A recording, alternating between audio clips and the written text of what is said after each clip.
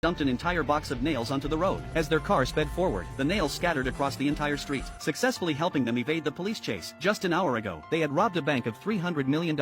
Anticipating a police pursuit, they had already prepared a plan in advance. After shaking off the police, they pulled the armored truck to the side of the road. They then transferred all the money onto a cargo truck. Immediately after, they set the armored truck on fire to temporarily destroy any evidence. What came next was the most critical step: how to transport the money out. Jack used duct tape to strap bundles of cash onto his girlfriend Annie's body. Since this money was stolen from the robbery, they needed a way to transport it safely and use it without suspicion. This was the safest method they could think of at the moment. It was simple to execute and highly effective. Jack then secured more cash around Annie's abdomen to make her appear pregnant. Annie then put on a coat and calmly prepared to board the plane. Jack followed behind Annie, maintaining some distance as they entered the airport. This was to avoid drawing suspicion from the security officers. Annie successfully collected her boarding pass and slowly walked toward the elevator. Just before reaching the top, she turned around to glance at Jack, but something unexpected happened. As soon as Jack picked up his boarding pass, security stopped him. His passport was being used for the first time and had no previous travel records. Security personnel had to question Jack about the purpose of his trip. Although Annie was extremely worried, she didn't dare to turn back. At this moment, she could only trust Jack to handle the situation. Fortunately, Jack remained composed and smoothly passed the security interrogation. Next, they had to face the most nerve-wracking part: the security screening. If they failed the check, they might spend the rest of their lives in prison. As Annie walked through the security gate, an alarm suddenly went off. The moment Jack heard it, he tensed up. He turned his gaze toward Annie, staring at her for a moment before quickly forcing himself to look away to avoid suspicion. Annie removed the necklace she was wearing and went through the security gate again. This time, the machine didn't trigger an alarm. Jack then followed directly behind her. Only at this point did they both finally breathe a sigh of relief. They quickly walked toward the airplane entrance. Just like that, they successfully passed the checks and escaped from the police pursuit.